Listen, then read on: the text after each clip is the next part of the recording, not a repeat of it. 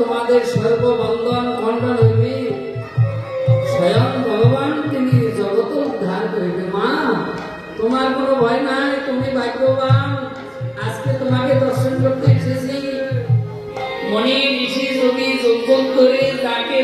করে পাই না, আজকে তুমি কৃপা করে তার গর্ভে এসেছো। তাই আমরা ভগবানের কাছে প্রার্থনা করেছি তাড়াতাড়ি আসতে, এবং তুমি যে ভাগ্যবান, তোমাকে দর্শন করতে আমরা আসলাম। ব্রহ্মা শিব ঠাকুর আজকে তারা চলে গেলেন, এদিকে দেবকী আর বসুদেব দেখলেন সামনে নারায়ণ। এখন নারায়ণকে দর্শন করে আনন্দে আত্মহারা হলেন। দেবকী বসুদেব করিল নিবেদন, জন্ম জন্মান্তর যেন পাই তোমাদের দর্শন। এই জন্মে নয়, জন্ম জন্মান্তর যেন তোমাদের এইভাবে আমরা দর্শন পাই। নারায়ণ চিন্তা করলো পুত্র রূপে চেয়েছে, আর আমি ভগবান রূপে দর্শন দিলাম। অমনি নারায়ণ মায়া বিস্তার করিল, দুইজন আবার মোহিত হইল। এখন দেখছি একটা শিশু, সঙ্গে সঙ্গে মায়া যখন বিস্তার করল, সেই শিশুকে কোলে নিয়ে আজকে তারা আদর করছে। এখন দেবকী বললেন, এখন যদি দেখতে পাই আমাদের রাজন, তাহলে তো হইতে মরণ। এক এক করে 6 পুত্র মারিল এই স্থানে। বলল শিশু, বলল হে পিতা, আমাকে দেখতে পায় না, তাইলে আমার মরণ কি করে হবে?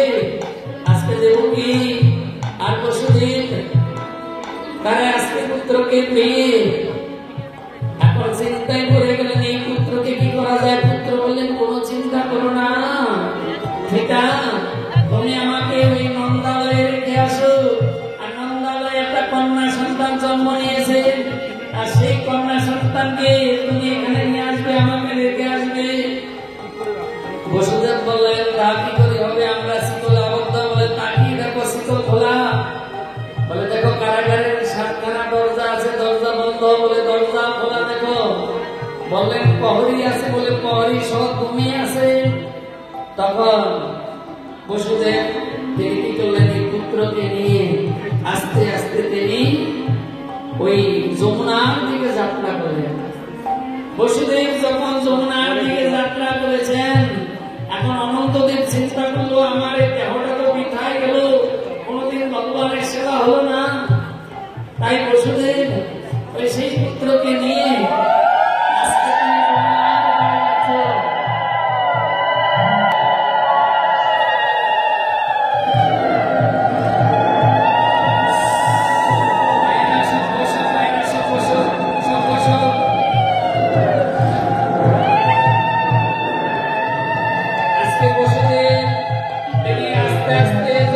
যমুনার দিকে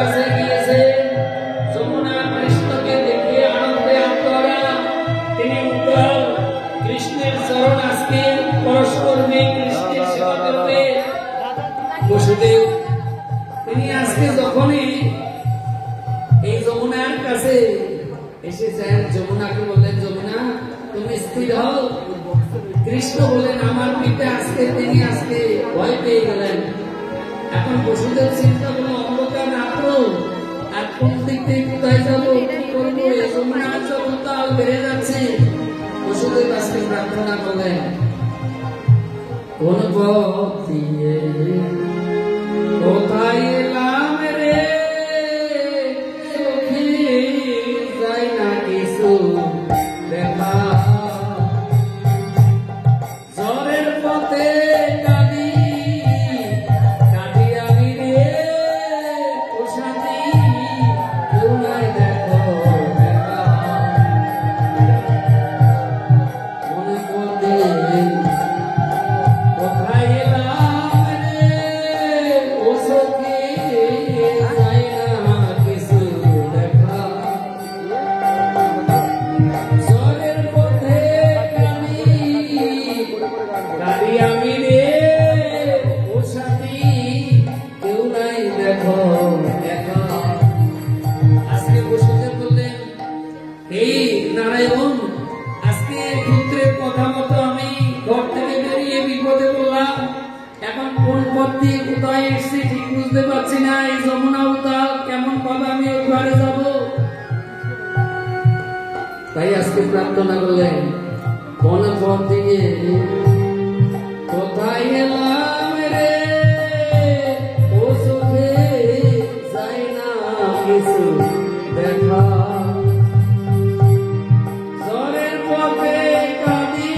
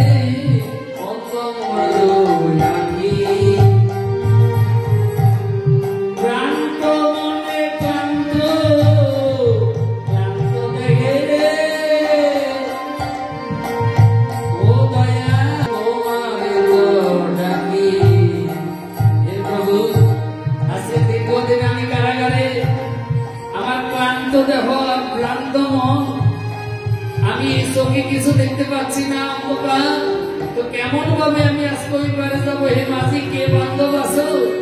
হে নারায়ণ, আজ আমাকে পার করে দাও। তাই বললে না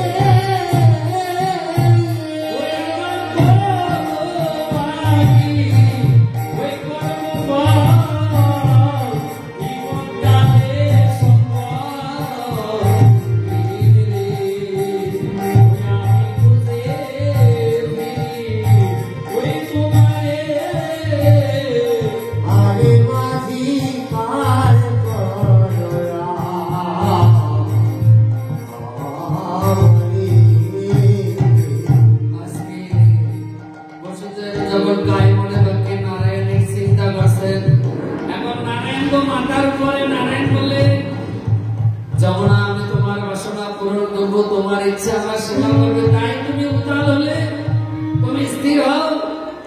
আর যমুনাকে বললেন, মাগো আজকে তুমি আজকে একটা উপায় করো, আমার পিতা যেন এই যমুনার প্রতি পার হয়ে যেতে পারে। যমুনায় শিয়াল হয়ে যমুনার প্রতি আজকে হাঁটছেন। যমুনা তখন তিনি প্রার্থনা করেন, হে প্রভু, আমার উপর হে জনার্দন কৃপা করে তুমি পরপারে করেছো দমন, একবার এই স্থানে করো বসতি, পুরা মনের বাসনা হে বিশ্বপতি। আজকে যমুনা বললেন কৃষ্ণের কাছে, প্রভু তুমি কৃপা করে একবার আমাকে চরণ দাও, আমি তোমার চরণ সেবা করব। তুমি ভক্তাধীন ভগবান, তাই আমার হতে জানা যাবে কেমন তোমার দয়া, তুমি করুণা সিন্ধু দীনবন্ধু। এই কথা যখন বললেন তখন আজকে বসুদেবের মাথার উপর থেকে কৃষ্ণ তিনি কি বলেন জলের মধ্যে ভরে গেল।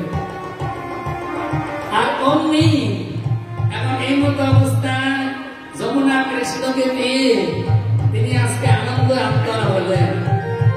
যমুনা কৃষ্ণকে পেয়ে আজকে কৃষ্ণের চরণ পূজা করলেন। যমুনা কহে পরিনিবেদন, জন্ম জন্মান্তর যেন করিতে পারি তোমার চরণ সেবন। এই জন্মে নয়, আমি জন্ম জন্মান্তর প্রভু যেন তোমার চরণ সেবা করতে পারি, এই আমার মনের আছে বাসনা। আর কিন্তু এই জগতে আমি তোমার কাছে কিছু চাই না প্রভু, জন্ম জন্মান্তর যেন আমি এই তোমার সেবা করতে পারি আর তোমার নাম করতে পারি। কৃষ্ণ বলেন, তাহলে আমাকে বিদায় দাও। বলে, প্রভু এই জগতে যে পেয়েছে সে কোনদিন বিদায় দিয়েছে ইতিপূর্বে? বলে, যমুনা কথা ঠিক, কিন্তু তুমি আমার ভক্ত, আমার পিতা আমার ভক্ত। আজকে দেখো আমার জন্য আমার পিতা উন্মাদ হয়ে গেল, পাগল হয়ে গেল। এখন এই মতো অবস্থা, আজকে তুমি আমার কাছে বর্ষাও। তখন বললেন, বৃন্দাবনে যত লীলা করিবে করেতে, সকল লীলা করিবে আমার অতিরেতে। হে প্রভু, তোমার কাছে একটা প্রার্থনা, এই বৃন্দাবনে যতবার তুমি যতক্ষণ লীলা করবে ততক্ষণ আমার দুপারে আমার লীলা করবে, প্রাণ ভরে সেই লীলা আমি করিব দর্শন। বর যদি দিতে হয় এই বর দাও হে জনার্দন। যদি তুমি আমাকে বর দিবে তাহলে আমি প্রাণ করে তোমার সেই লীলা দর্শন করবো, তুমি আমার তীরে লীলা করবে। কৃষ্ণ কহে, শোনো আমার বচন, তোমার মনের বাসনা আমি করিব পূরণ। কৃষ্ণ বললেন, তোমার মনের বাসনা পূরণ করবো। এই বলে কৃষ্ণ পিতার পায়ের কাছে চলে গেলেন। কৃষ্ণ কি করলেন? তিনি আজকে পিতার পায়ের কাছে চলে গেলেন। পিতা জলের মধ্যে যখন হাত দিত অমনি তার পুত্রকে পেলেন। পুত্রকে পেয়ে আজকে তিনি মাথায় ঘুরাচ্ছেন, পুত্র তো জল খেয়েছে, মাথায় নিয়ে ঘুরাচ্ছেন, আর এই মতো অবস্থায় পুত্রের নাক দিয়ে, মুখ দিয়ে, কান দিয়ে জল বেরিয়ে গেলে বসুদেব চিন্তা করলো, হ্যাঁ এবার আমার পুত্র বেঁচে যাবে, কারণ জল যাতে বেরোচ্ছে পুত্র বেঁচে যাবে। সেই পুত্রকে আজকে আবার মাথায় নিয়ে তিনি আস্তে আস্তে নন্দালয়ে গেলেন। এবার নন্দালয়ে গিয়ে দেখলেন মা যশোদা তিনি ঘুমিয়ে আছেন, তার বুকের উপর একটা কন্যা সন্তান। আর বসুদেব তিনি কি করলেন, ওই নিজের পুত্রকে রেখে আর ওই কন্যাকে নিয়ে তিনি আস্তে আস্তে আস্তে আস্তে যমুনা পার হলেন। যমুনা পার হয়ে তিনি আজকে কংসের কারাগারে যখন এলেন, পুত্রকে শরীর মধ্যে আরেকবার কংসের কারাগারে যখন এলেন, তখন এইবার ওই কন্যাটা ওয়া ওয়া করে চিৎকার করছেন। আর এই চিৎকার শুনে আজকে কংস ছুটে এলেন, বলে শুনো তোমার অষ্টম গর্ভের পুত্রকে আমাকে দাও। তখন তোর হাত করি পুত্র হয় না, কন্যা সন্তান দেখো, এখন পুত্র নয় কন্যা সন্তান। বলে না আমি শুনবো না, ওই পুত্রের জায়গায় দেবতারা কন্যা দিয়েছে, এর হাতে আমার নিতে হবে।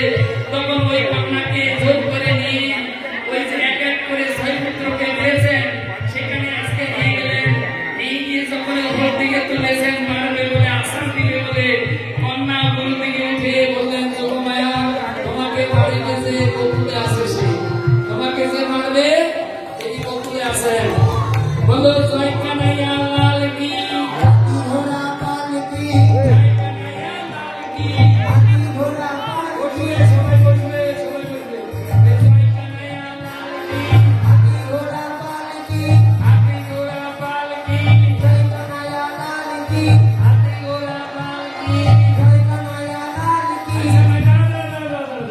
এই এটা পরে হবে মায়েরা, ভগবান এসছেন, এখন উপরে নৃত্য কীর্তন করো। হরে কৃষ্ণ হরে কৃষ্ণ কৃষ্ণ কৃষ্ণ হরে হরে, হরে রাম